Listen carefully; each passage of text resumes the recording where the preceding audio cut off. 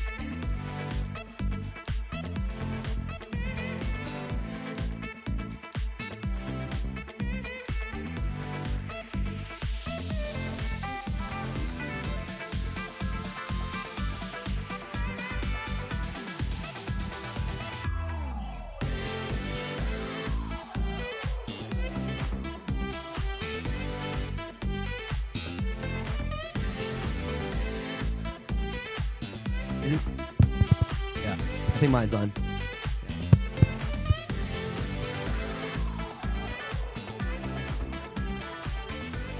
All right, welcome to Eugene, Oregon, CITIUS MAG live in Eugene. I'm Chris Chavez, joined by my colleague here, Eric Jenkins. Jenkins just had Good Morning Track and Field, the debut. How'd you feel it went? Show number one, I thought went great, and I think it's only vibes are high. Only gets better from here. So we're here for the next 10 days. New Balance has been so great in carving out the space for us. New Balance celebrates runners of all levels and styles. They believe that there's no single right way to run, just your way. If you run, no matter the distance, no matter the pace or frequency, you're a runner. New Balance, run your way. That's exactly what I was saying on this morning's show. It's your Pledge of Allegiance. It's my Pledge of Allegiance. Awesome. So what we heard from all of our supporters and followers is that you guys seem to love these interview shows that we do. We kicked this off at the World Championships in 2022. We ran it back at the 2023 World Championships in Budapest. Just tapping in with the athletes, the coaches, any notable VIPs who are in town. No guest is too big or too small to be on the CITIUS MAG set. We've had everyone from the likes of Shelly Ann Fraser-Price, Michael Johnson, gold medalist, world record holders. So I'm excited for the next 10 days as we get to kick back with some of these athletes. And one of the staples that we've had on the first day of each one of these championships is that we get a little bit of like a State of the Union address from the USATF President, also the Director of Track and Field and Cross Country at the University of Virginia. So we're going to kick things off with our regular Vin Lanana. Vin, come on up. All right. We'll have you sit over here. Scoot over. Eric, what's going on? Hey, great to see you. Great to see you. You are high up here. I know. We've come a little bit of a long way since our backyard show 2 years ago. I like the backyard. Yeah, the backyard like was cozy. I mean, we got to always remember our humble beginnings. Yeah. Exactly. So here, wearing many hats, obviously USATF president, coach. Like your schedule must be just jam-packed. Not really. I actually can prioritize my schedule. And, first couple of days are really paying attention to our athletes, and then the USA track and field stuff. Yeah. So you're coming off of the NCAA championships. We had a great showing by the UVA Cavaliers, highlighted, of course, by Shane Cohen's big victory. Were you going nuts in the stands? How was that for you? Well, I think everybody who knows me know that is not the way I would have scripted the way he runs. But when we got to the ACCs and he started really delivering on that, I just said, hey, just do what you're doing, and it's working. So I thought it was a good possibility, actually, the way he runs. But hey, you gotta stay out of trouble and got to hit the gas in that last 100 meters. So I did a podcast interview with him, and he was fantastic. Just kind of telling his story of just, from the Tampa days all the way to getting, the call from Trevor and you. So I want to hear from your side of things. What stood out to you when this kid from Division II, what was the untapped potential that you saw in him that, led to the call and the offer to give him a spot on UVA's team? It's really pretty routine, and typically what happens is Trevor Dunbar, who is my assistant and really does a wonderful job. He does the initial contacts, and if he thinks I'll like the kid, I make the call, and he was absolutely right. I thought he was, not just his running, but his attitude about competition, his confidence, and yes, it's grounded in humility. And from the first day I talked to him, I really liked him. I didn't like him when he was running 154s, though. No one likes you when you're running 154. Exactly. Yeah. But I liked him as a person. I wasn't so sure about his running. But then when he arrived at UVA, he's just got a great positive attitude. And the other student athletes on the team really like him, so it's good. It's all great. And we followed him all year. He had, as he probably told you, he was injured, but he had run well his previous year. But he was injured last year with a stress fracture of his femur, and but he came back nicely. He started to run pretty well at the end of the season, but season ended, arrived at UVA, and he probably didn't tell you, he was the alternate on our distance medley for the NCAAs. Did he tell you that? No, he didn't tell me that. So he's come a long way as the alternate he reminds me of that every day, of how he was the alternate, and now he's the NCAA champion. I'm just thinking, because you famously found and recruited Andrew Weeding out of high school. Was there something that stood out with Shane? I mean, we're talking about was a guy who was running 154s. I mean, does he just, when you see him, does he strike you as someone who is a really good racer and has a lot of potential? Because you clearly have a good eye for developing these really good 800-meter runners. Well, I think if I'm going to be completely honest, with Andrew, it was Jeff Johnson who turned me on to him, and then with Shane, it was really Shane's actually marketing and branding. I mean, he's really good. I mean, he's just the right amount of confidence, and he's got big expectations, and then he comes out and he delivers it. So I'm more in these last bunch of years that I'm going to be coaching. I'm only coaching kids I like. So that's how it's happening. You've obviously done this at numerous schools now, but just sort of building that team chemistry and that team culture, it takes a while. What is clicking so well? Because it's not just Shane. You've got Gary, you've got Connor. Like, they're all clicking at the right time right now. Well, I think it all comes down to you have to have talent, mm-hmm. and I think the attitude of the guys on the team, men and women, are really. it's really quite positive. And you get down, it's nurturing. It's almost like having a training group, a professional training group. Pretty well. If you get people together and they've all have a common goal and there's great camaraderie, big things can happen, and that's what's going on at UVA right now.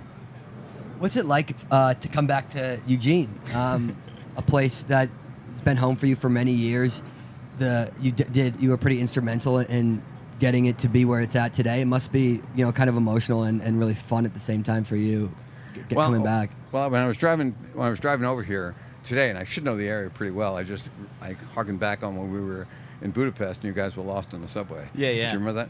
And I thought, driving around through town, and I'm thinking, okay, London, Paris, Budapest, Eugene, Oregon. Yeah. And to come back here and be in a community that embraces the sport like none other, it's exciting, it's exhilarating.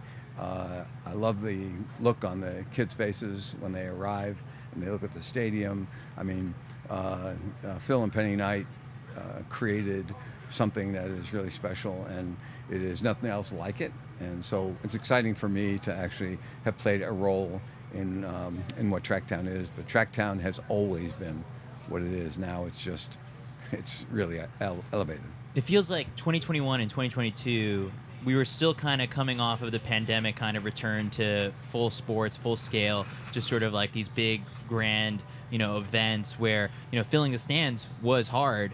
And then I think this most recent pre-classic, we just saw kind of like the potential of what we used to see at the old Hayward, where it was, loud for every one of the sessions.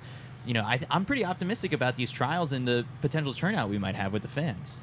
Yeah, I don't know what the numbers project to be, but I can say this, that if you follow track and field, or even if you casually follow track and field and travel and track sport, forget the track and field, but just the sport itself. I mean, you get the greatest athletes in the world, and you've got Paris coming up. There's one, two, three, and go. I mean, what more drama could you have in any athletic event? And if there's no better place in the world to have a track meet than Eugene, Oregon. Yeah. So looking at these trials, like they're coming at a very interesting time where we're starting to see just sort of like all these new initiatives popping up within the sport. What do you think was the lasting impact of, everyone seemed to have believed that like the 2022 World Championships were going to be this big catalyst for track and field in America. Didn't pop exactly as big as we maybe had hoped. And now it's sort of just like, okay, we are recognizing, is it just the feeling of an Olympic year that like track seems to be having a little bit more of a moment right now? Well, I hope it's more than just every 4 years. Yeah. And it's always been the issue in the U.S. is the excitement for the Olympic Games is something which energizes the track community. But I hope that with a lot of these, I call them disruptions, Yeah. that are coming about are actually, I hope, creating a buzz, creating a catalyst, and giving us the potential to be a springboard for what I believe, I think all of you have heard me say, the greatest sport in the world. And I think that doing something here, letting the Olympic trials go, you guys that are doing these interviews and getting people on board, they're all part. And if everybody kind of gets together, I think we can really do something really special for the sport, and that's really what I hope to do. Yeah, we can have some fun here because it's like they took Kyle away from us. MJ scooped up Kyle, so he's got like some pretty good people in his corner, just kind of guys who know the sport, and then also they're bringing in people from all other industry areas, people from the NFL, from Red Bull, Formula One, just to kind of pull from what it takes to stage grand scale sporting events. And so, what were your sort of first impressions when they announced Grand Slam track? As someone who is like, the Tracktown Summer Series was something that you threw yourself behind for a bit, and it, didn't exactly pan out to be a big like major league thing. But what advice, if anything, do you have for it's like good luck, right? Like it's hard to undertake. Like I'm going to popularize track and field in America. Yeah, well, I think the initiative is. I think you have the biggest. You have kind of the greatest asset in your corner, and that will be our athletes. Mm-hmm. Nothing is better than our athletes, and I think that if you could get people energized around it, Michael and his crew, I think, will be a great job. You did lose a good guy in Kyle, but I do think that I'm hopeful that they're going to be able to get others behind it, and I think it's all right now is probably the most. I don't think we've ever been at this kind of inflection point, because if you look at what's going on with the NCAA and the greatest feeder system that any federation in the world has, and we have to really join together and come up with something that is exciting, that is energizing, that is optimistic, and I'm not sure that there is anything better than the NCAA. Yeah. And I hope that whenever these initiatives come up, I hope that we're all looking at the athletes, and it's not just the American athletes, it's the international athletes who are all doing great at the U.S. university system. So I'm excited. I'm optimistic. I hope Michael gets this thing done. He's a known quantity and a respected name, so I hope it works. Yeah, when Eric and I were kind of like pouring over just sort of like the actual like details of it, you wear various hats, so like you could tell us how do you feel about a 3K, 5K, 2 days apart? If it was one of your athletes, just sort of that's one of the challenges I think that a lot of the coaches are kind of hung up on right now, is just sort of like, how am I going to make this work? For the athlete, they're looking at it as like, that's a huge payday. How do I pass on that? But like the priority still seems to be the way the contracts are built out, the way coaches approach the season. The priority is still World Championships and Olympics. So do you have to reframe anything in your head too, as to like, how do I let my athlete do a 3K, 5K on within 3 days? I think that question is better posed to the actual athletes. Yeah. Because I'm so tired of listening to people who don't do it. Yeah. Offer an opinion and give all the reasons why you can't do something. I'm a can-do guy, and I believe that you have to think differently. We could think about the same thing we always think about, and we could say exactly where we are. Or we can actually look ahead, and if I don't have any opinion at all about 3K, 5K, but I think if the athletes do, and I told you guys last time, I think the people who should be offering experience, opinions, and valid opinions are the athletes who are doing it. Mm-hmm. I'm sure they provide for you, whether they can run the 3 and the 5, and or whatever it is, prelims. Everybody talked about, athletes can never double in a 5K and a 10K. Yet all of them double in a 5K and a 10K. So somehow we missed what the coaches think and what the athletes think. I don't know if they're always the same. Yeah. You've got a little bit of skin in the game in the 800 this trials. Is there any other races you're really looking forward to? Anything that you're excited to watch? I'm excited to watch every single event, whether it's the shot put or whether it's the long jump or the decathlon or heptathlon. UVA, we have athletes in the men's 1500, the steeplechase and the discus and the shot put, and not the shot put, the discus and the 400 hurdles. So I'll have a special interest in those events, but I have them in every single event. They're all great at the trials. Yeah. All right, so 1500, first rounds today. We got some news this morning. Centro's out. As a guy who saw him from the very beginning, what have you sort of made of his entire career? We were talking about it just sort of this morning. It's like, no, it's so hard to think of like how a future 1500 meter runner is going to try and replicate that greatness over the span of a decade nowadays, with just like how quickly, how fast these races are getting, the longevity of these athletes. And so Centro was a special talent. What do you remember kind of like the early days? Well, it's pretty simple. I would work backwards. I start with gold medal.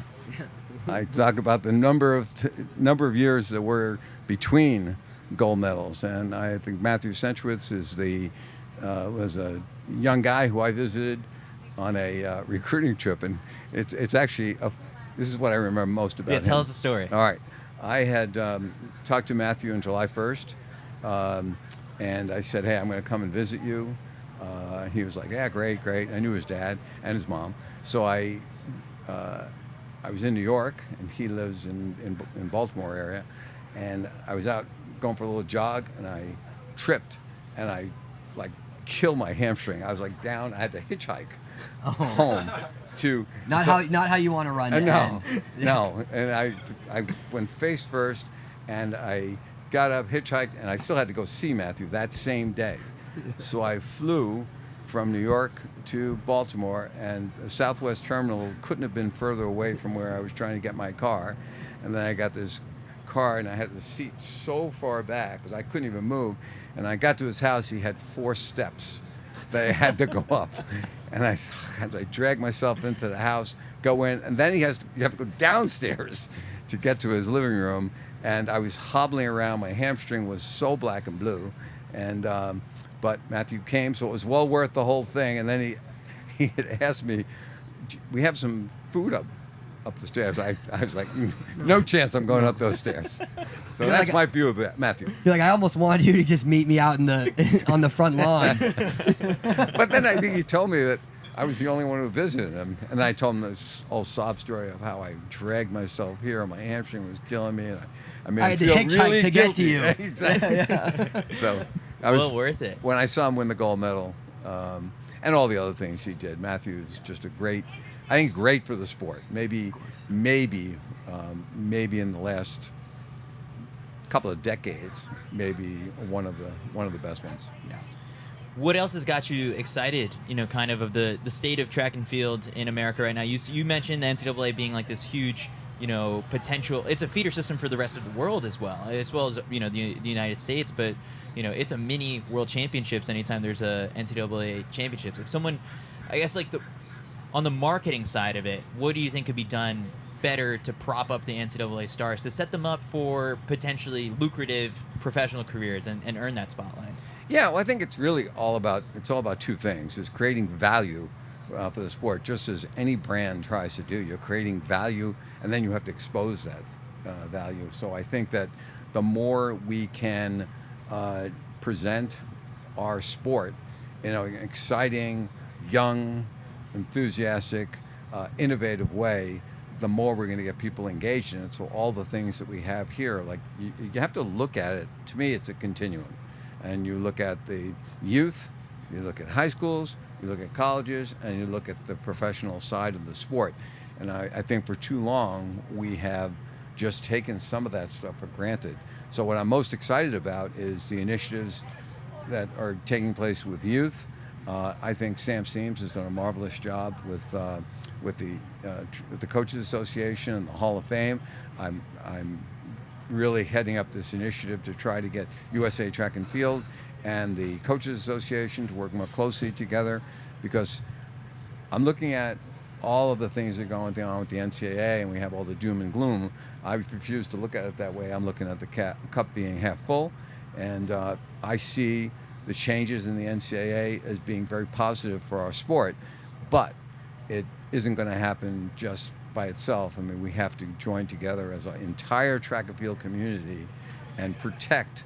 To me, the NCAA institutions invest, all of them, $1 billion in the sport of track and field with a B.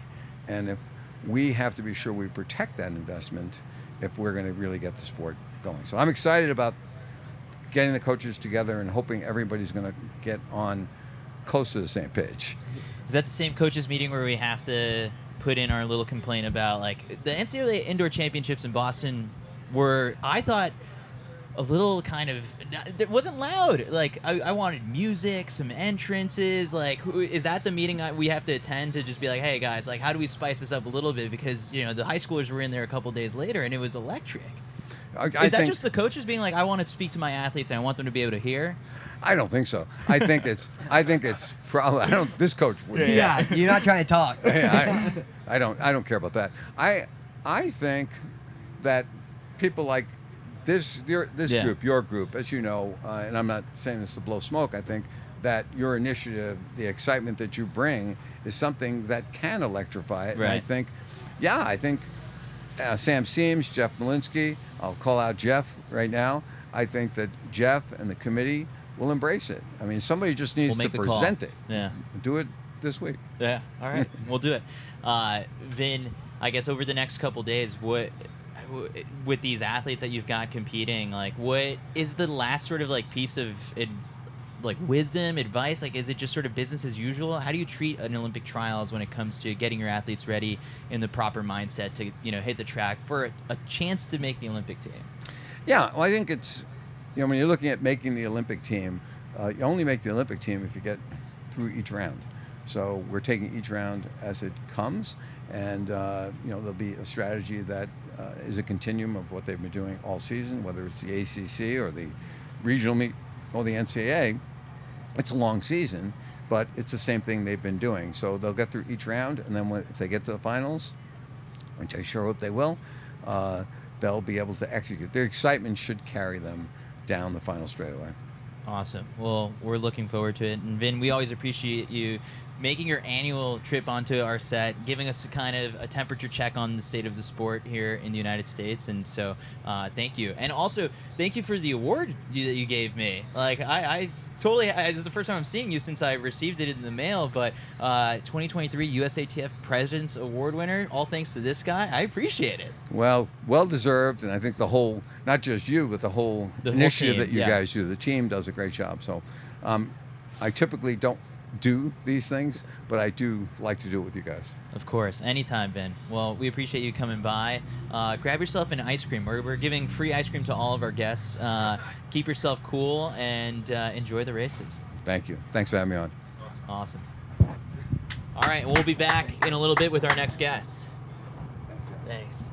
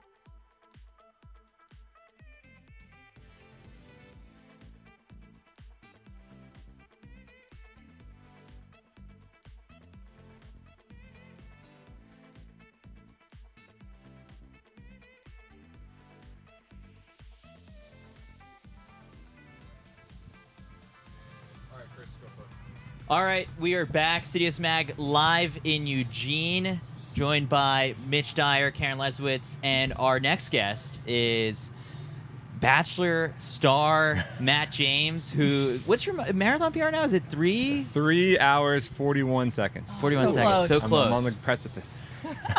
All right, so my favorite thing about just kind of bringing you on is that you flew out here as a track fan. Yes. And you were just sort of like all in on the sport. You've got a partnership with Lulu where you tapped in with Nikki Hiltz, with Colleen Quigley, and so you've gotten to know some of the top pros. What hooked you into becoming a big track fan? I think it's like anything. When let's say when you're growing up and you have your favorite basketball player's jersey, your favorite football player's jersey. For someone like me, I'm from the South, so I grew up playing those things. As I've gotten older and phased out of competitive basketball and football, what I found myself doing a lot of is running. And naturally, you gravitate towards the upper echelon of that field. Like I wonder what the fastest marathon is. I wonder what the fastest 5K is. And as I struggle to finish my workouts, I'm like seeing these amazing athletes just crushing their times. And it was an easy suck-in. I'm going to as many meets as I can, and I'm just a big fan. You did the rare double back in February, where it was like we saw you at the marathon trials. You came over to our pop-up, and then I was like, oh, are you coming back? Are you hanging around in Orlando? You're like, no, I'm getting on a flight in just a couple hours because I got to go to the New Balance Indoor Boston Grand Prix. And I was like, wow, I'm not even pulling that one off. I'm like, that's dedication. Is that a sentence you thought you'd say, you know, like what, 5-6 years ago? You know, it's actually crazy. It's my Super Bowl. You know, it's I got to watch Fred Curley race Noah Lyles, which was amazing. I got to watch Gabby Thomas run. I got to watch Tara Woodhull jump. Like, all these people that are going to be competing for spots in our Olympic team, like, I'm just getting a little preview as to like what we can expect. And it was an intimate audience. Like, the field up at the New Balance facility is amazing. So yeah, any race. He got the plug in. He got the plug in. Good. All right, we're good. They do a good job. I mean, they put on an amazing race. My most recent marathon was in London, and they had an amazing setup in London for runners. That's who I got my bid through. So I'm a fan. I mean, you see what I got look going at on that. right now. Go. Come on now. But yeah, it's I'm just happy to see some fast times today. Yeah. Well, you ran London. How many of the world majors have you checked off, and is that a goal of yours? It is. As the travels progress, so like I haven't done Germany. Berlin, right? That's I haven't done Berlin, and that's on the list. And I met some amazing men and women at the London Marathon who were like, when you come out here, we're going to host you, and they're German. So I've got like a host family now when I go to Berlin. And then I've got to run Tokyo. I haven't, that's like impossible to get into. So I'm going to try to. I think you can find a way. I'll figure out a way. We'll pull some strings. I'll figure out a way. But the coolest thing about, like I mentioned, that host family in Berlin is how inclusive the running community's been. Like, it doesn't matter where you are. I feel like there's a running club or community that'll invite you in to join on a run to help with training. And I think that as you see more and more people gravitate towards these like community running groups, you're going to have more and more people turning out for events like, you know, the Olympic qualifiers and Olympic trials. So I'm excited to have you know, more people like myself who are just fans coming out here and supporting these amazing athletes. Yeah, I was in New York last year, standing on First Ave. I was actually looking for Chris. On the but course. You came through, and there were people in the crowds like, oh my God, it's Matt James. Like, look at Matt James go. This guy looks incredible. You kind of have this responsibility now to put running on the map for your No average pressure. punter. You know, you do. Like, it's awesome to have you involved in the sport. But do you ever feel that? And what a cool opportunity for you to bring people in here. And like you said, hopefully filter them through to come and see these Olympic trials in the future and everything like that. You know, it's some of the most rewarding messages I get on Instagram. They haven't always been like that. Are from, you know, people who are like, you inspired me to do my first 5K. Like I entered the New York Marathon lottery and I won, and I'm excited to train because of you. Like, those type of things are exciting. Running with Shalane Flanagan is the peak of all of those things. Like, that is really what pushed me to, you know, want to be a stronger runner, because, you know, you can't fake it on the course. Like, you can fake it in a lot of things in life, but like when you're out there on the course, like it's not forgiving. And it's the courses have beat me up numerous times, and getting to run beside an Olympian like that, I'm like, man, if I'm gonna get this opportunity again, I got to make sure that, you know, I don't look like an idiot. So that's kind of powered my training. Well, so I think the big thing that I come back to is like, there's a difference between like the running community and the track and field community. That's fair. That's very true. That's very like, true. The running community, they're healthy. Like, it's huge. Like, it's booming right now. The track and field community is like waiting for like its big sort of pop and moment. The Olympics feel special because everything's like a bit more elevated. That's when the Olympic year is when these stars get their shine. And so what I want to know is like, what was it that hooked you? I know running's the entry point, but then to fully become a track fan, and you're sort of reverse engineering yourself by like learning. You run with Shalane, now you got to learn what her credentials are. And then after that, you run with Nikki, you got to learn what their credentials are. And over time, like, you just become a bigger fan of these athletes. Like, is that the way to do it? So, Chris, that's a great question. I'm very fortunate to be in positions to be able to train with the people like you've mentioned. Like Nikki, they're an amazing athlete. I've had an opportunity to run with them, and the distinction between you ask some weird you kind of like in your head, you get in your own head where you're like, I don't want to ask a question because I bet it's a dumb question.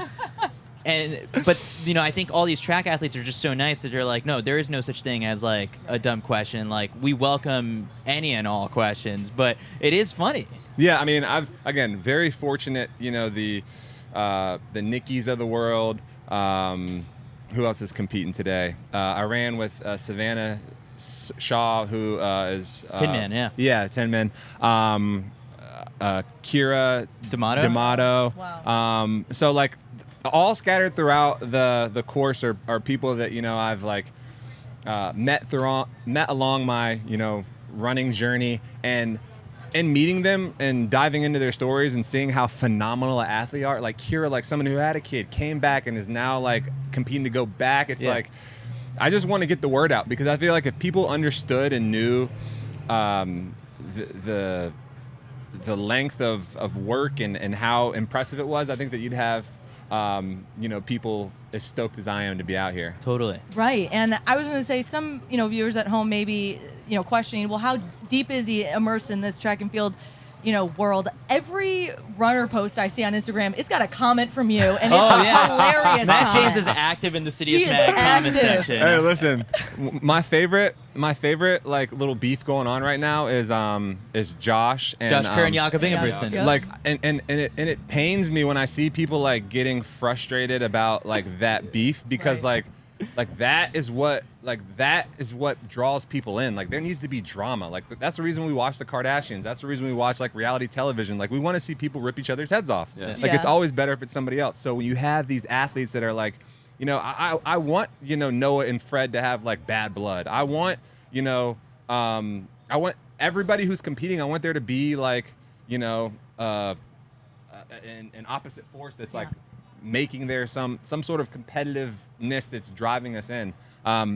Because anytime they're racing, anytime I know that there's two athletes that are like, you know, at odds with each other, I'm locked in. Like, I'm hoping that like, you know, Yared, Yard and Goose. Yard, I hope he like, you know, somehow we create some fake beef for him so he gets pulled into it. But he's just such we a got our nice work cut guy. out for him. He's the nicest guy. So nice. Too nice. But yeah. All right, hit me with like your favorites then. Like on the Josh Jakob side, pick a side. I'm a Jakob guy. Really? Yes. Like, I love that. I think that, and I'll say it for these reasons. Coming off of an injury, well, I'm going to start with Parker actually, who's Parker running Belby, who's running the 10K, or is it? Yeah, the, 10K and 5K, yeah. So like my thing with athletes who are in the games, who are in the trials today, it's either super young or someone who has experience. Because if you're young, like, you have no idea. You're like, I'm gonna go out there and send it. So like, hopefully, like, that inexperience just like catapults them to a qualifying spot. And then a veteran's like, I'm gonna sit back, I'm gonna like wait for my time and go. And I think that's gonna play to the advantage of a Kessler today. Yeah. Or not today. I don't know when he's racing, but Yeah, he's in the he's today. first Yeah, round. yeah. Of I the freaking love that kid. I saw him race in New Balance. New right? Balance at the Yeah. Grand Prix, and I was blown away by this kid. Like, he's got such a motor, and he has so much potential that like these. And I saw him race. I was at the New York. the New York Grand Prix. New York Grand Prix as well, and I saw him race again. And you know, he didn't come out on top, but all these lessons are stacking for an amazing race. So that's my. I don't even know if you can call that a dark horse. Like, that's my dark horse. And then Grant Fisher. Yeah. Yeah, Grant Fisher. He didn't have a great race, but again, like, another veteran. Like, I think those two, you know, if there was like odds to put, you know, some cheddar on, I like those two. Yeah, I think we got to check DraftKings because they did have it for last trials, and I'm hoping they have something for this one. All right, let's close the loop on Josh versus Jakob. Why are you a Jakob guy? Oh, Jakob. I like his. I followed his story, so like, I saw that he ran in the pace group with Kipchoge. Like, how long ago was that? Oh, a bit That while was ago. 2017, Yeah, 18, 2017. whatever. So this Yeah. kid's been 16. groomed. Yeah. Like, he's a beast, and like, and I also, I feel like a lot of people are Team Kerr, and like, I have nothing against him, but like, You know, have to pick a side. It makes He it was a fun. little saucy against my guy last time in the presser, and he won the race. So like, major ups, but like, dude, I follow Jakob and his training, and like, I feel like he's so locked in. I think that he's gonna come out and have an amazing race, and I think he's gonna get gold. So. love that. I don't even know if that's a hot take. Like, it's I just It's like the him. Olympic champ. Yeah, he's an Olympic champ. Like, I think he's got it. That's if my guy Yard Yard doesn't. It's people don't understand. the speed. Like, Yeah. it's a distance race, but these guys are moving. Like, and if he gets out early, I don't know. He's got to run an interesting race if he wants to beat those two. Like, he can't sit back. Like, he's got to, like that one lady did in the outdoor championship, or might have been indoor, who pushed it like crazy. And like people thought that she was on the wrong. Emily Mackay. Emily Mackay. In the I think people 1500. thought she was on the wrong lap. I Like, thought so. Yeah. So he needs to run a race like that for him to be like, oh my gosh, we gotta like. I got high hopes for him too. So. Right. You talk like you've been an analysis of track and field for a long time. I'm taking notes. Yeah. Did you ever think you'd get this deep? Like, you're pretty deep. You're sitting in Eugene in a New Balance tower. Yeah, you this come over is- here this on is your own deep. going, like, you're pretty deep. Did you anticipate this when you started running, that you'd be doing this? I think that. Yeah, because we ran together in 2019, and like it was just sort of like, all right, we're running for fun. It was never track and field. No, we had no talk of track and field. Right, super casual. Yeah. I have an obsessive personality, so like when I go down the rabbit hole, it's hard to stop. And now that I'm in the rabbit hole, I'm just like, you know, I feel like a kid in a candy store. Like, I'm finding out all these things for the first time. And having access to these athletes and whatnot has made the world a difference, because when you have a personal relationship with a lot of them, you just want to see them succeed. So it's a lot of, you know, being a fan as much as it is like personally invested, like as a friend of these people, and also of athletes that can't be here, like the Emma Coburns. Like, it's just like, you know, as someone a former football player who, you know, had his fair share of injuries, like it stinks when you have these people who put their lives work into to get into this moment, to, you know, have something like that happen. But yeah, I feel like an attachment now that I have a personal relationship with a lot of these people. What is Rachel made of? Just sort of like the track obsessiveness, because like it leads to just sort of sometimes, like, I can speak from like, you know, my own relationship with my fiance, where just like sometimes like I'm up at 12 like watching a race on the West Coast, and it's like she's trying to go to bed, and I'm like, no, I gotta watch these people run a 10K at 11 p.m. Dude, you couldn't have said something that's more relatable. Yeah, right? Yeah, Like, It's hard you to know, explain. It's one of those clips where it's like, you know, how do you know your man's not cheating on you? And it's like Chris like up at 100%. night It's watching. really hard to justify to anybody outside of it. You couldn't have said it better. Like in some relationships, you know, it's golf. Like, oh, my boyfriend's always out golfing or doing whatever. Like, there's times on our vacations where, you know, I'm up in another country, like with a crazy VPN, so I could watch a race on my laptop, and like the family's like, you know, in the other room doing family stuff, and I'm like, no, babe, I gotta watch. Like, there's implications on this race. Yeah, like my boy Hobbs is on the track right now. So, but she gets it now, and it's a healthy, you know, hobby. So she's cool with it, and she actually is friends with some of the people that, you know, I've formed relationships with. So she's going to be texting me throughout the day to see how everyone's doing. I know Nikki's not racing today, but she's a really big fan of theirs. So it's fun to bring her into my world. Yeah, well, and I follow along with your journey. I love your food Instagrams. Oh, yeah. It's my favorite thing. The number of times I've not had access to like the caliber that you're posting, and I'm just salivating.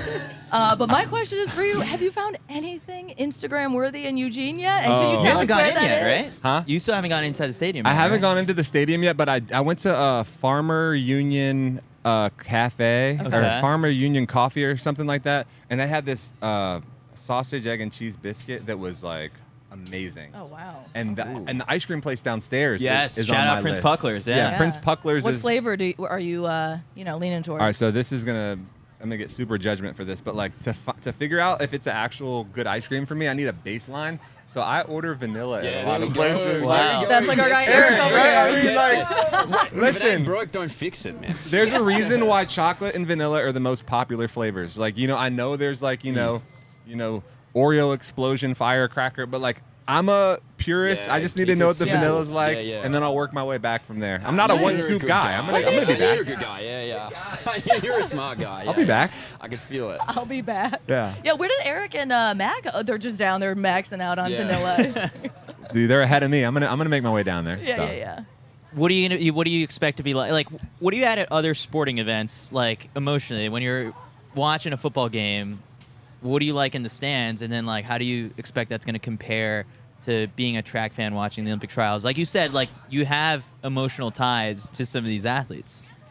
So I think the biggest difference between, you know, going to, let's say, an NFL game opposed to a track meet is, like, for the most part, you kind of have an idea of what's going to happen.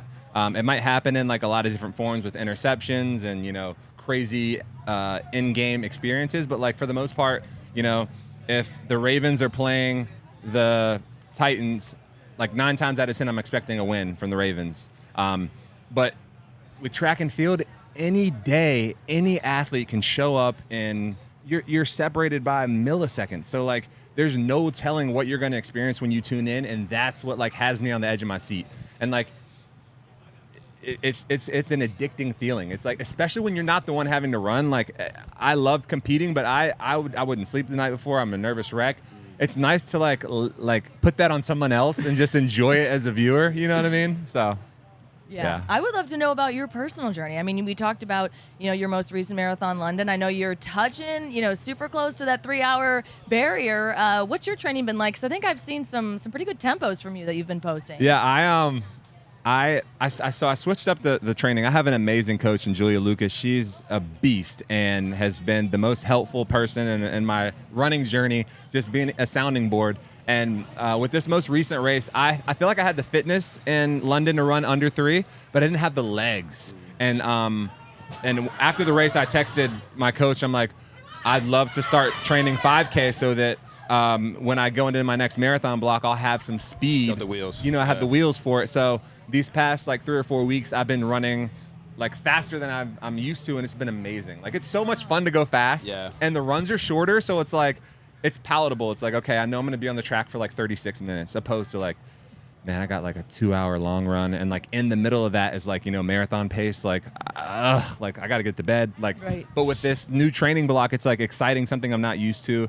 And a 5K is like, you know, hopefully less than like 18 minutes. So it's like, you're done. Like, you're starting, you're done. So it's been a lot of fun to train new muscles and add another tool to the tool shed. But yeah, the plan is to go fast. I wanna run the 5th Ave mile.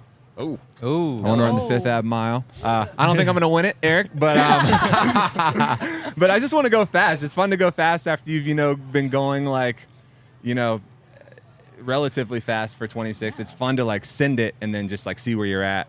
So I'm excited about running the 5th Ave mile, and then I think I'm doing the Prospect Park 5K. So like those are like my next 2 races. Love it. Yeah. Oh, man. Well, Matt, it is so good to see just how much of a track fan you've become. And, like, we need just, like, a million more versions of you to pop up, and then the sport will be, like, in a really healthy place. But we'll let you go get some of the ice cream, go head to the track, take in Hayward, and then enjoy the races. Appreciate you coming by. Thank y'all for having me. I'm going to try to stir up some track beef so that we can, you know, keep pulling people in, get some drama going. I love that. I love it. And he's, you know, you're a hat guy. Do we got a hat for him? Oh, yeah, we got to get him a got some I gear? Love Track and Field hat for Oh, sure. I love it. I think. There we you go. Look at that. Awesome. Here we go. Oh, that's fire. Yeah. Dang, yeah, I'll have this on today. I appreciate you. Amazing. Awesome. Thank All y'all. right, Matt. Appreciate it. Appreciate you. All right. Thank you. So great. So great meeting you. Thanks, Matt. Appreciate you. you, Big Dog. All right, we will be back shortly with our next guest, Dylan Beard. Sweet.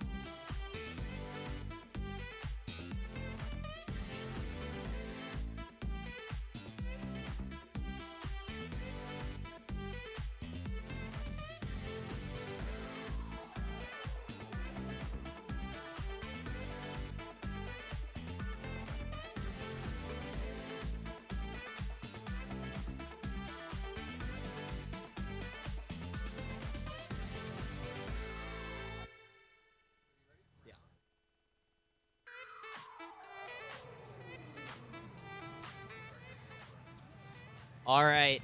We are joined now by Dylan Beard, who shocked the world at the Millrose Games and then is coming in with the second fastest 100-meter 110 hurdler here at the U.S. Olympic Trials. Dylan, thanks for popping by to CITIUS MAG Live in Eugene. Oh, my pleasure. Thank you for having me. So you made an appearance, I think, what was it, Today Show or like Good Morning America, one of those morning shows, and kind of shared your story. Went viral during Millrose Games because you opened up about just like the jobs that you were working outside of track to support this, essentially like the Olympic dream. So catch us up, I guess. What is the status of just sort of your career right now, just both on the track and off the track, to get to this point? I guess that's a lot. Give us the long story. Give us the long story. We got time. I mean, as of right now, just, I'm here. Obviously, the goal, absolute goal is to make the Olympic team.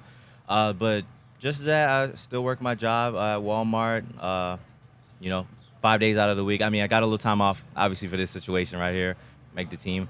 But I've been, ever since Millrose, ever since the Today Show, ever since whatever, I've been working. I still got to provide for myself to compete, travel, meals, and everything. So that's just what I've been doing. And then consistently been on the track. I mean, it's a lot better now since I have to, I get to compete now. So everything's just been, it just works out. I mean, honestly, it doesn't feel any different, whether people know or don't know that I'm working, and competing. I know it's kind of pretty common in the sport as well. So I already took that into my mind when I first applied and wanted to continue running. Love that. That chip on your shoulder, like, how much does that fuel you, I guess, when it comes to when you do get on the track and in training? Like, just thinking about, like, all right, like, I have it a little bit harder than some of my biggest competitors, but the times are speaking for themselves. At first, it was definitely like I'm already at a disadvantage. Guys aren't necessarily doing what I'm doing. They're probably having probably a lot easier than myself. So, I know I've had some disappointments in like my past performances, like last year specifically, but I just see it as though I get to wake up, I get to do this. There's no reason to dwell on the past or dwell on, not necessarily winning or, it's like as long as I got a good mental, good physical, and I can do my best, I'm going to always do my best, with respect to myself. And can you talk about, like, the balance, right? We were talking about, even though it was a little bit challenging to get here, you didn't get as much sleep coming off of yesterday and all that, but how do you kind of balance being prepared for an Olympic trials where you're one of the top guys, but still having all those other things kind of going on outside? Like you said, it's all about balance. That's why I'm talking to you guys now, get my mind off the job at the end of the day. But it's really just about balancing. You can't necessarily be 110 all in and not have no relief or stress or anything. So that's how it works for me. I know I can get into my mind a little bit, like getting ready to run, getting a little excited, getting a little anxiety, but I just got to find ways to get by. Yesterday was a long day, but still a travel day for me. So I'm like, I got to see, just a little bit. I've only been out here twice. This is my second time out here. So I love seeing the greenery out here, and I just enjoy the little things, honestly. Yeah. So obviously the big win at Millrose Games, and then kind of, when I was looking through writing previews and kind of going through just like the list, like I was a little surprised to see you at like the second fastest American at the 110 hurdles right now, because that PR of yours, 13:10, fresh. Right. Yeah, bro. Like, literally like 2 weeks ago, right? Yeah, pretty much right off the cutoff for entries or declaring for the Olympic trials. So. That was honestly, it's something that was in me for probably since the first race I had at Tom Jones this year. Like I said, it's a little hard balancing. Not hard, but, I'm still working on it today. I'm still trying to travel, still trying to get it together. And it's still year one of not necessarily having that support of a college or, a full sponsorship or anything. So I'm just adjusting, still getting everything right I'm in a new environment, new job, everything's new now. So I've really gotten comfortable with how everything is going. And I'm ready to reproduce. Well, how are you approaching some of these races, right? You're not always at the Diamond Leagues or some of these big races, but you're still putting down these really big marks. Are you coming into it knowing, okay, I have to kind of prove myself, or are you kind of keeping consistent, meet to meet? Oh, I have nothing. Honestly, I have nothing to prove. At the end of the day, it is a race. There's no set outcome, but my motto is, or my thought process is, opportunity is opportunity, whether it's small or large. You gotta do something at the smaller level so you can be prepared for the bigger level. So that's how I take it in. There's no, and it's it shouldn't be that it's, oh, I'm not at the Diamond League. It's like, okay, I want to be at the Diamond League, so I'm going to do this to get to the Diamond League. So I'm just preparing myself to have that opportunity. So I want to know, like, what does your day look like? A normal day when you have to work at Walmart, like the hours, how do you fit in the training? Take me from the moment you wake up to when you go to sleep at night. Just a little forethought. It's all because of Walmart that it's even possible. They're working with me being very flexible with everything from day one. But pretty much I wake up about 7 a.m. pretty much any given day. I'm out the door by 9 a.m. to make sure I get the weights from 10 to 11. And depending on how our coach wants to do practice, we might do practice at 12, 2, or 4, depending on, whatever range works for him best. We're on his time, So we'll practice. I'll stay at the facility, and we'll practice right away. I'll go back home, which is about a 40-minute drive, and get some rest, and then come back and practice later. And then right after practice, I'm working in the evenings at Walmart, 3 days of the regular, Monday through Friday, and then on the weekends, 8-hour shifts, 3 to 11, and yeah, I mean, it sounds. I guess it does kind of sound crazy, but this is what I've been living. I've worked every weekend. If I'm not competing, I work every weekend. So wow, it's really no time to be social. It's all business and all work. Yeah. Do you get like balance when you do come to the track meets? Is that like kind of a work away from work in a sense? I definitely consider it work away from work, but it's more like this is why I'm doing it. Like this is like, I guess my why. Like this is why I work those hours anyway. Like I don't have to do that. I have 2 degrees. I could definitely be doing something. But track and field, that's my main love right now. That's what I love to do, and I literally will sacrifice anything to be able to stay in the sport. Where did this all stem from? Like the passion that you have for the sport? Probably just because I got into the sport real late compared to other people. I started when I was a sophomore in high school. First season as a hurdler, first season running all together was just like, and then that second season I was like, okay, I'm dropping sometimes, and then the goal was like, okay, let's try this in college, and it was rough getting to college. I had injuries in high school. I broke my tailbone, so I was like, maybe running's not really it for me. How do you break your tailbone running? But I just persevered through. I mean, I definitely got to thank God for all of it, because without him, I'd probably be somewhere unhappy. But it's just like anything else that goes on in life. It's like you got your bad, your downfalls and everything. And it's just like, well, you could either sit in there or you could just get through it, and something better will always come along. So that's really my motto. College was the same way. COVID happened my 4th year in college. So at 5th year, I actually didn't get to compete at all, because they had another second COVID year for us. So that was another situation. Just trusted in God. He got me to Howard University, and then things really took off there for me, if you don't know. And I mean, just off of that, I knew I had a little more left in the tank. Especially since I wanted to run as a professional since I was in high school. And I trusted it. It looked bad starting, like, oh, I got to work. I got to provide for myself a bit. Got to travel on my own. And, I mean, it's probably the best decision I could ever make. Nice. And so now we're in Eugene. You said it's only your 2nd time in Eugene. I mean, what was it like stepping off the plane here, knowing you're competing at Olympic trials? You got to treat it as just like another meet. That's what I was saying. I was like, I didn't even really think about it. I was like, man, I'm tired. I got to get to bed. You got to get some sleep. But, yeah, I mean, it's literally just another meet. It's, I mean, quite a few eyes this time. Everyone's watching. I had a lot more support. So the support of others, I didn't really think it mattered, but it actually helps like tremendously a lot. Like I feel a lot more confident in my abilities. No need to second guess. I'm not just doing it. Well, I am doing it for myself at the end of the day. But it's a lot more people that like showing me some love. Like okay, like I gotta step up out here. So I'm ready to go. I'm ready to compete. Like it is just another meet. A little more running within the week, but it's just another meet. I had this conversation with Val Constein, who was a steeplechaser, and she was unsponsored, made the 2021 U.S. Olympic team in the steeplechase, and then, kind of after the Olympics, had this thought that, like, my life is going to change, and the sponsorships are going to be calling, and it didn't happen immediately. And there was sort of like a little bit, everyone talks about like the Olympic come down, and, just the fact that the bright lights of the Olympics are going to change everything. I kind of really like your mindset going into things where you're just sort of like, I'm here to do this. I'm really good at it. And whatever happens, happens.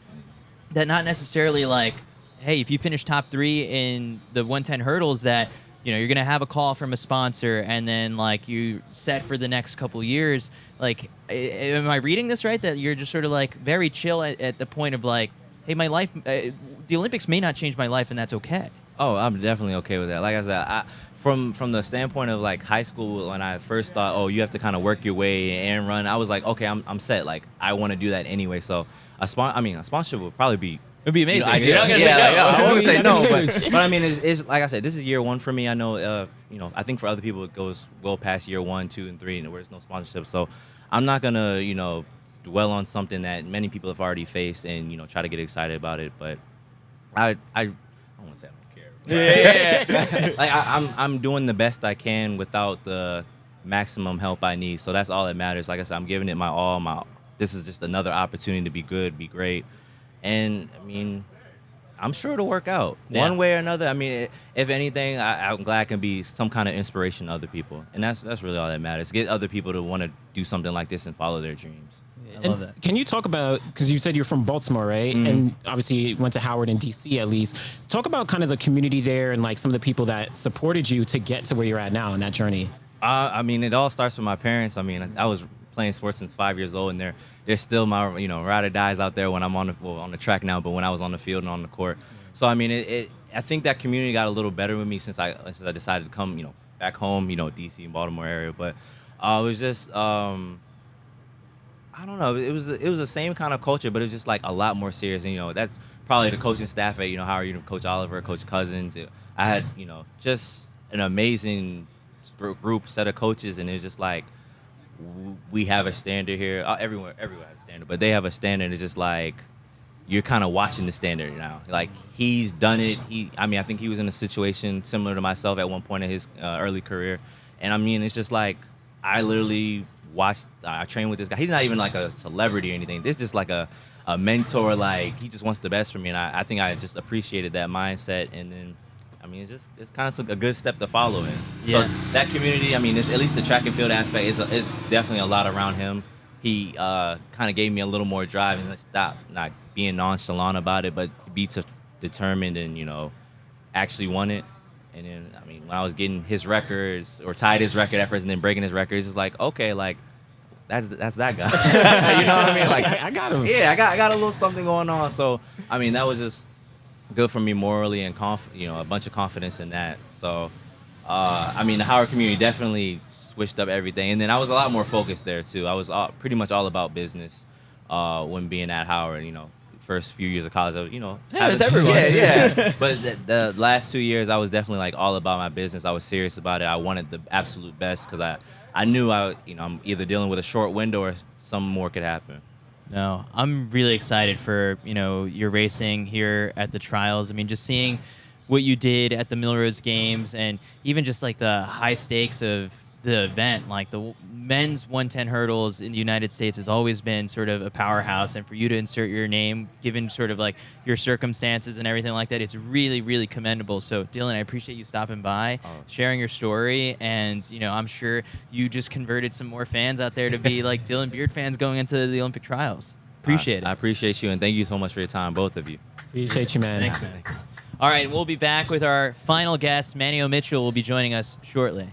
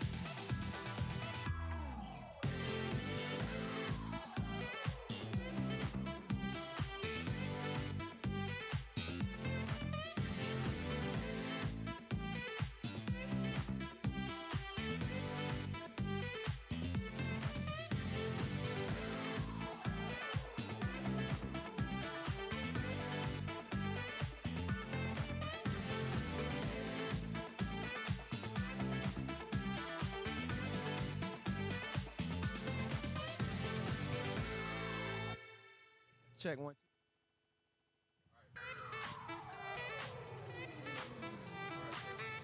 All right, we are back with our final guest of day one of CITIUS MAG Live at Worlds. We are joined by 2012 Olympic silver medalist Manteo Mitchell from that 4x4. You've got a gold as well, right, from World Indoors? Yeah. Yeah. Got a gold in 12 as well, yep. I love that. All right, so Manny, what's your role here? We're kind of just talking off camera. I love just how, post, track and field career, you're, pursuing the bobsled Winter Olympic dream. Right. But you're still here at the trials, tapped in. What are you up to these days? Yeah, so obviously bobsled takes a lot of my time, but still back with the first love in track and field. I've always been for the athletes, so in any capacity that I could obtain to help the athletes in any way, be that voice for them when they are silenced or feel like they don't have a way, I'd love to do that. So I got with USATF and I said, hey, if there's any way I can volunteer my time to do anything to help the athletes, just let me know. So I became an athlete advocate in a sense, helping with protest, jury of appeals, getting entries in, things like that you think are kind of like overlooked that are really, really important in the first step of even being here. So just being with the athletes, helping them out in any way I can. Yeah, so I got into the track and field media space back in 2012.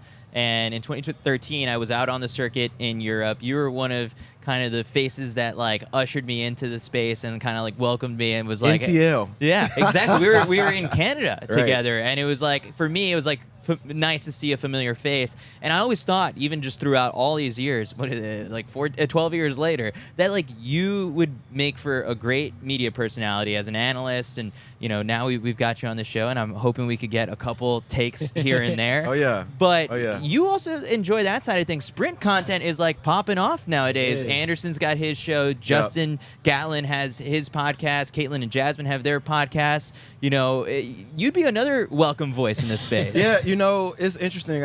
I'm asked all the time, like, hey, when are you going to do your own thing? And I'm like, man, I've been a guest on like so many different shows, so many podcasts, and like giving my takes and my expertise on the events, and even going into something I'm not as familiar with the distance side, because I actually love it. I love the distance events. I'm just letting y'all Who know. are Give you, the Josh shout-outs. Kerr or Jakob Ingebrigtsen Oh guy? my God, here you go. I like got both. it. Okay, so I like both of them, and for different things. Like, I love the not cocky but conceited version of them, but I also like the relaxed, like, I'm just gonna do my job, like I'm the GOAT, but I'm not gonna let you know I'm the GOAT. I like both of them, so I like them in different ways. But Kerr's got the upper edge right now, in my right. opinion. There you go. We're disclaimer. I'm not saying who's gonna win, but I'm just saying they're gonna be there. Yeah. Anyways, I would love to explore that space eventually. Obviously, I got a few goals in mind right now that I'm working on. I want to hit to those first, and then we'll see what happens. Nice. Well, I mean, take us back a little bit in terms of your journey to get here, between competing, of course, at the Olympics, and then going through your career, but now on the other side, supporting athletes.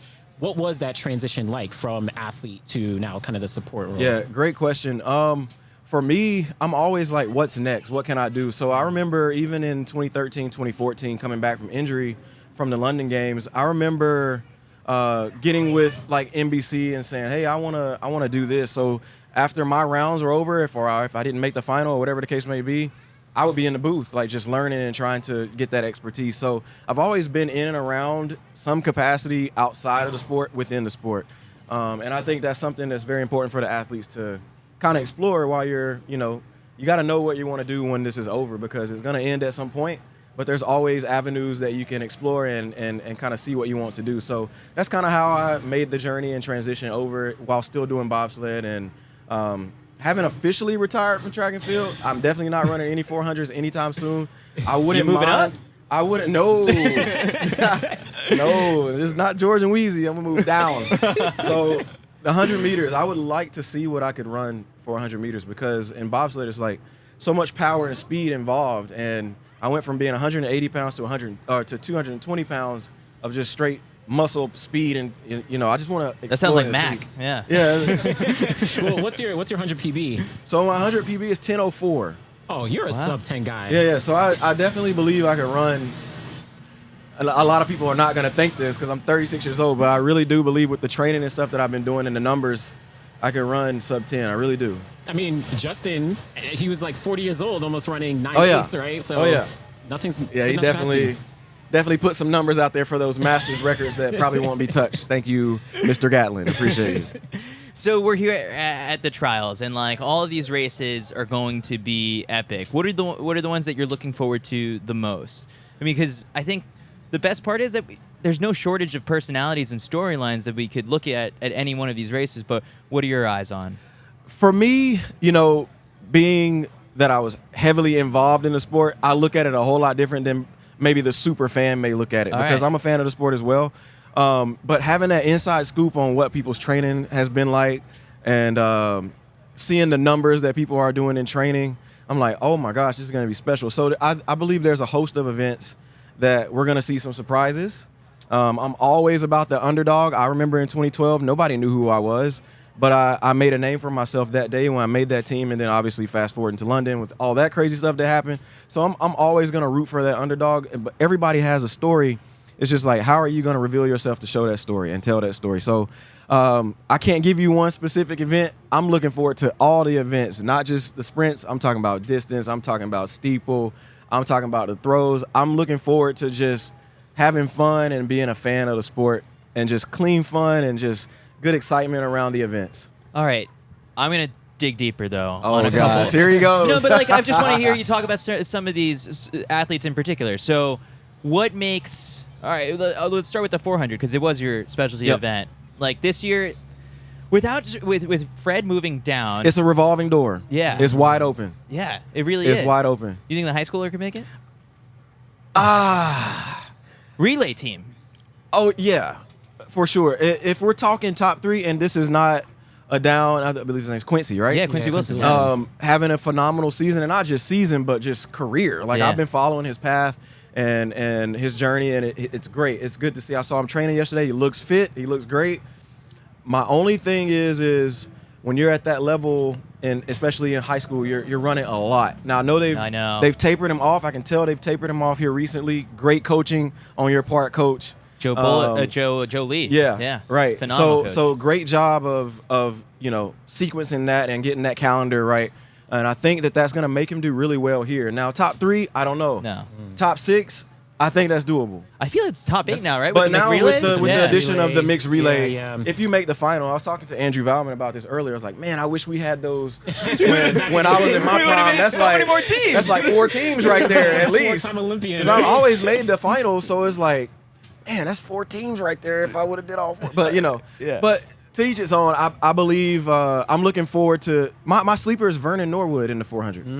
Yeah, we're big Vernon He's guys. always shown, like, fitness, and I feel like this year is his year. I feel like this Olympic trials is his year to really show what he is capable of doing, and it shows up right at the right time. So I'm going to be interested in seeing the first round today, seeing how the younger people in the group, how they reply and respond to the vets that are going to just go out and do just enough and to make it to the next round. So I'm interested to see that. Obviously in the 100, everybody's got the namesakes like Sha'Carri and Christian Coleman. I'm excited to see this high school kid, though. Christian Miller. The other Christian, right. I'm excited to see him. Last weekend. Right. Yeah. And he ran that at Penn, right? If I'm not mistaken. That's pretty quick on Penn's track. Not to separate any other tracks, but you don't usually see anybody go sub 10 there in the 100-meter dash. So, but I think there are some surprises that are going to shake up this, and it's always good to see like the fresh faces. I'm all about the stories. I'm all about those lines and the headliners or whatever. But I like to hear from the people that have a story and we don't know it yet. Yeah, And- we literally and- just had Dylan Beard on, Right, and right. he's one of those guys with a story. Great guy, 110 hurdles, I believe. Yeah. Looking forward to seeing him compete. And the thing is, like, I think what people back home may not, or if you're watching this right now, obviously you're a fan of the sport, which we appreciate you. Thank you so much. But what people don't realize is that there's a lot of work that goes into getting here. But once you're here, everybody's on the same playing field. It's even. It doesn't matter what you've run. It's all about what you're going to do for those 3 rounds or how many other rounds you have to go through. So I always look forward to it. It's like starting over. Once you get here, it's like ground zero. Who's gonna come out on top? Who's gonna be the best on that day? So it's gonna be great. I'm excited. As someone who had success on this stage, how do you taper those nerves? Because it's like this is the meet that your contract and your whole livelihood and everything's Yeah. been building up towards. Yeah, there's a lot riding. Of course, I just said live in the moment, but there's a lot riding. There's a lot riding on your success, so to speak. Here, obviously, contracts may be on the line, or if you're wanting to further one, the better your performance, the better that looks. Obviously, making the team is a sure fit for most people. But then you have athletes that don't have contracts, that should have contracts. But the way track and field is just set up is just like, man, I feel so bad for some of these athletes that I know deserve to have money in their pocket from a sponsor, but they don't have that access. So I'm like, man, what can I do to help that? That's why I'm like still here trying to put my head and hat in everything. So, but yeah, once you're here, you got to let all that stuff go, because I mean, for me, I was more nervous in practice and training than I would be at a race or something like that, because in training you're doing way more than you would here. Now it's just one, and you got to think about in the moment. So I always say that this year is like my thing. You have to go round for round, lap for lap. Can't worry about the semifinal or the final. You have to run this and get to there. So just athletes, if you're watching, if you watch this on the playback, because right now you're probably warming up, focus on what you can control right now, and everything else will fall into place. If you're training, your coaches, your staff, your people have your best interest in mind. So you're here for a reason. You made it here. So I really think that if you just follow the plan, don't try to change anything now. It's too late. Yeah. Just follow the plan. I think you'll be okay. Well, I'm curious with like following the plan. You have a lot of professionals who are here, but then going back to like Quincy or Christian Miller, like, do they have to approach it a little different where it's their first time competing against? Yeah, They got nothing to lose. So that's literally what I was going to say. So number one, they have nothing to lose. If anything, they gain so much whether they win or lose. I'm reminded of when I had my first Olympic trials in 2012. I remember David Verberg was one of the athletes that was there. He was at George Mason at the time, and I remember him coming up to me as a fan of the sport or myself, and I'm like, dude, you're at the Olympic trials and you're a senior in college. This is crazy. Like, I'm 24 years old. I'm not supposed to be here. I wasn't highly touted. But there's going to be athletes like that. The younger athletes obviously don't have anything to lose. They have everything to gain, tons of experience, whether they win or lose. But at the same time, that does bring in a different element, because you've never been around this type of talent before. I mean, typically these high school kids, I want to say kids because there are girls as well that are here, they're the top of the top in what they do. So now you're going to be faced with a little bit of adversity, because you have people that run it what you run or faster. So it's going to be interesting to see how that breaks down. But again, just stay in your element, do what you do, don't change it, run your own race, all that whole spiel. I'm sure your coaches are saying that, and they're embedding that in your head. So yeah, I think they'll be okay. Yeah. All right, we're in store for a jam-packed next 10 days. We haven't even seen one of the races yet. It feels like it's been a long day. I'm like, man, when are the races popping off? When is it getting kicked off, right? I mean, I enjoyed watching the throws this morning, but let's get it. Ideally, 10-day championships? Are you a 3-day championship guy? What do you think we should do? We got to knock that time down. It's too long. It's too long. Almost 2 weeks of track. I mean, for the fans, it's great. That's like, but do you get burnt out? Yes, you get burnt out. So shorten it a little bit, I think, is ideal. Does that help the athletes in a sense? Not really, but I feel like there's a way that we can market this and package it to being more condensed, but still get good quality out of it. So I would like to see that. If anybody's interested in bringing your boy in on that, I have some ideas. But yeah, there you go. Yeah, we'll see. All right, Manny. Well, we appreciate you popping by. Maybe after one of these races, we'll get your analysis on things. Yeah, it'd be great. I think the comment section here was saying we need more Manny on the mic. So it's like, hey, I think like you've got a career in this. You definitely got to jump in. So what I'm gonna do? I'm gonna keep this one, right? I'm gonna take it with me, and we'll think about it. I'll come back and plug it in when you guys need it again. All right. Nah, I cool deal. appreciate you stopping by. Yeah, thanks for having me. I appreciate it. All right. That does it for day one of CITIUS MAG live in Eugene. Many thanks to USATF President Vin Lananna, Dylan Beard, Matt James, Manteo Mitchell for stopping by. We will be back live on the CITIUS MAG YouTube channel tonight, immediately following the races. We're running out of Hayward. We don't have as far of a run to get back to the set, and we're breaking down races. We're giving our commentary on just sort of what is happening on day one of the trials. We've got some Olympians to name tonight, so we'll meet you back here on the CITIUS MAG YouTube channel tonight after the races.